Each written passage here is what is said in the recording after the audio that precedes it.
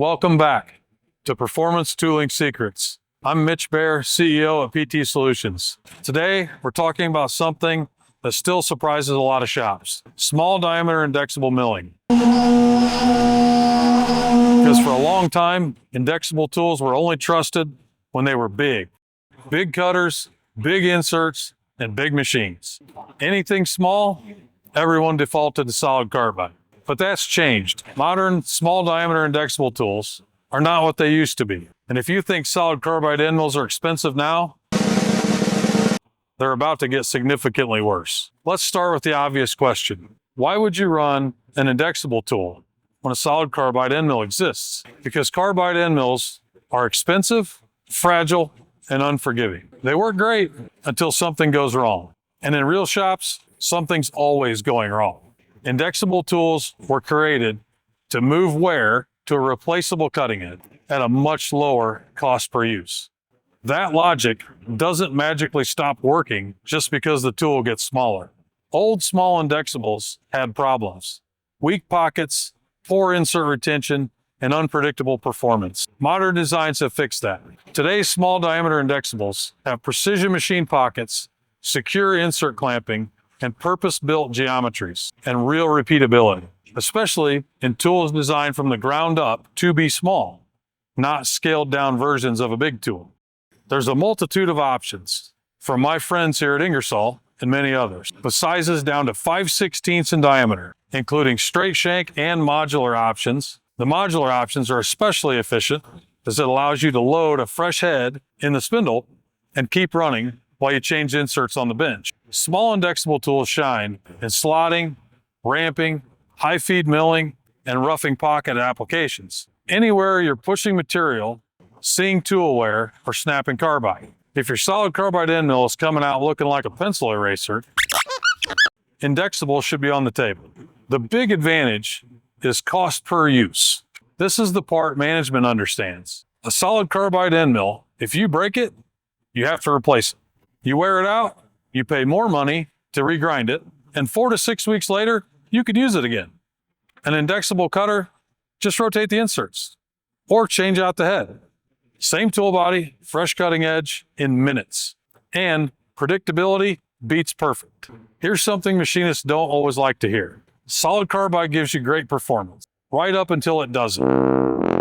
One bad move, one vibration, one hard spot, and the tool is done. There goes $100 if you're lucky.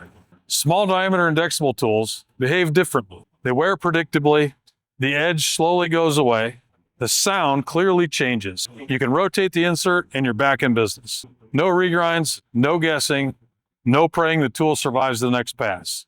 That predictability matters.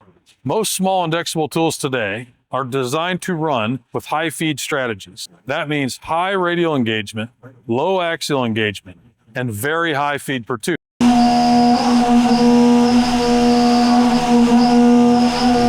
Instead of trying to side mill like carbide, you let the insert geometry direct the cutting forces up so you have less deflection, less chatter, and less broken tools. This is especially important when the tool diameter is very small. You're not trying to be delicate, you're trying to be controlled. Now let's talk about the machine. Small indexable milling is not magic. You need decent rigidity, high feed rate capability and motion control, and good tool holding. But here's the key difference. Indexable tools are more forgiving. Carbide hates mistakes. Indexable tools tolerate them. If you're running job shop machines, older iron, or mixed condition setups, indexable often survives where solid carbide won't. Tool holding is simple for these. If it has a flat, use it. If it doesn't, use almost any concentric clamping tool holder. ER chucks, shrink fit, milling chucks. Let's be clear. Solid carbide still wins when you need to reach, you need tight corner radius, you're finishing, you're blending surfaces.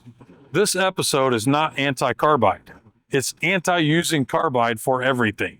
Here's the math shops forget. Tool cost is not the metric. The real metric is cost per cubic inch removed. A rough average cost per use for a 1/2 inch indexable tool will be less than $20. Solid carbide will be 4 to 6 times that. This is why small diameter indexable tools are showing up more and more on production floors. Small diameter indexable milling isn't about replacing solid carbide. It's about using the right tool for the right part of the job, and stop forcing one to do the other's job. If you're not sure where Indexable fits in your shop, call your local PTSolutions rep. We'll help you figure it out. I want to give a big shout out to my friends at Ingersoll Cutting Tools for letting us use their state-of-the-art tech center here in Rockford, Illinois. It's partners like this that allow us to produce these great videos and move our industry forward. Please like, share, and subscribe, and we'll see you again on Performance Tooling Secrets.